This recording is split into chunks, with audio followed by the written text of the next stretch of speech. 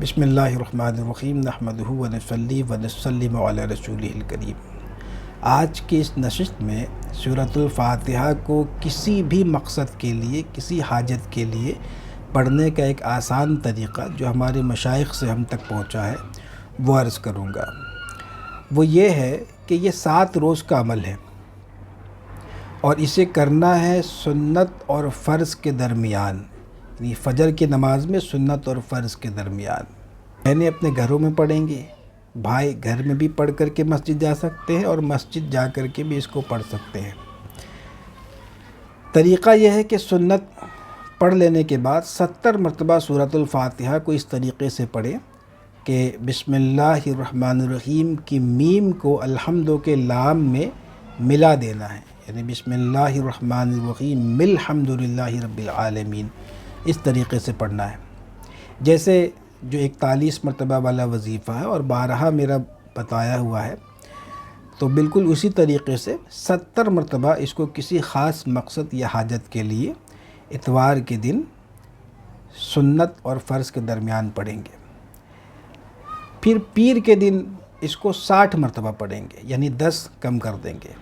ایسے ہی منگل کے دن 50 مرتبہ، بدھ کے دن 40 مرتبہ، جمعرات کے دن 30 مرتبہ، جمعہ کے دن 20 مرتبہ اور سنیچر کے دن 10 مرتبہ پڑھیں گے سنت اور فرض کے درمیان۔ اس کا وقت بالکل یہ ہے کہ سنت اور فرض کے درمیان ہی پڑھنا ہے۔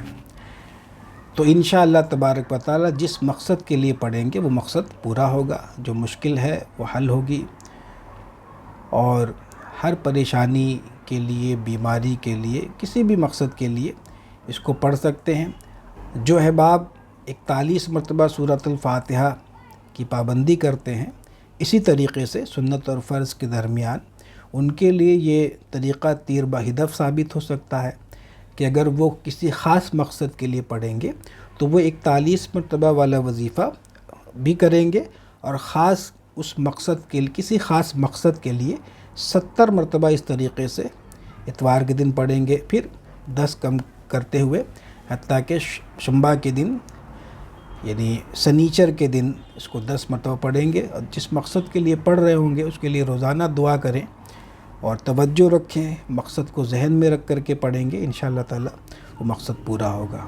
اور اگر کوئی وہ 41 مرتبہ والا وظیفہ نہیں بھی کرتا ہے تو اس طریقے سے سورۃ الفاتحہ پڑھنا انشاءاللہ تعالی حاجت براری کا سبب ہے، اور یہ ہمارے مشائخ سے ایک نہایت مجرب آزمودہ طریقہ جو ہم تک پہنچا ہے سورۃ الفاتحہ کو کسی مقصد یا حاجت کے پڑھنے کے تعلق سے، اس میں سے ایک طریقہ یہ ہے۔ تو اس کو پڑھیں، ہماری بہنیں، مائیں، بھائی جس کو حاجت ہو، کسی خاص مقصد کے لیے پڑھنا چاہیں تو وہ اس طریقے سے پڑھیں، تو اللہ تعالیٰ اس میں خوب برکت عطا فرمائے۔ جس مقصد کے لیے پڑھا جائے وہ مقصد پورا ہو، سب کی مرادیں پوری ہو۔ اللہ تبارک و تعالی ہم سب کو علم نافع اور خیر کثیر عطا فرمائے۔ فقیر کو اپنی دعاؤں میں یاد رکھیں۔ السلام علیکم ورحمۃ اللہ وبرکاتہ۔